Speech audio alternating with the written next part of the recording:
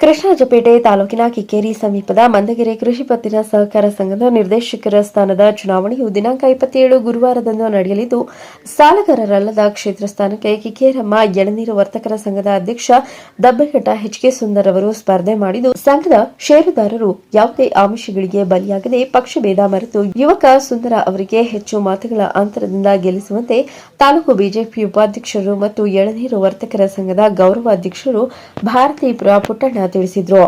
ನಂತರ ಅಭ್ಯರ್ಥಿ ಎಚ್.ಕೆ. ಸುಂದರ್ ಮಾತನಾಡಿ, ನಾನು ಮಂದಗಿರಿ ಕೃಷಿ ಪತ್ತಿನ ಸಹಕಾರ ಸಂಘಕ್ಕೆ ಸಾಲಗಾರರಲ್ಲದ ಕ್ಷೇತ್ರದಿಂದ ಸ್ಪರ್ಧೆ ಮಾಡಿದ್ದು, ಎಲ್ಲಾ ಷೇರುದಾರರು ನನ್ನ ತೆಂಗಿನ ಮರದ ಗುರುತು ಕ್ರಮ ಸಂಖ್ಯೆ 5ಕ್ಕೆ ತಮ್ಮ ಅತ್ಯಮೂಲ್ಯ ಮತಗಳನ್ನು ನೀಡಿ ನಿಮ್ಮ ಸೇವೆ ಮಾಡಲು ಅವಕಾಶ ಕಲ್ಪಿಸಿಕೊಡುವಂತೆ ತಿಳಿಸಿದರು. ಈ ಸಂದರ್ಭದಲ್ಲಿ ಕಿಕ್ಕೇರಮ್ಮ ಎಳನೀರು ವರ್ತಕರ ಸಂಘದ ಸದಸ್ಯರಾದ ಉಮೇಶ್, ಪ್ರಕಾಶ್, ಅಶೋಕ್, ರಘು, ಗ್ರಾಮದ ಮುಖಂಡರು ಮತ್ತು ಸುಂದರ್ ಹಿತೈಷಿಗಳು ಇದ್ದರು. ಶ್ಯಾಮ ಕಿಕ್ಕೇರಿ, ಚಾಮುಂಡಿ ನ್ಯೂಸ್, ಕೃಷ್ಣರಾಜಪೇಟೆ.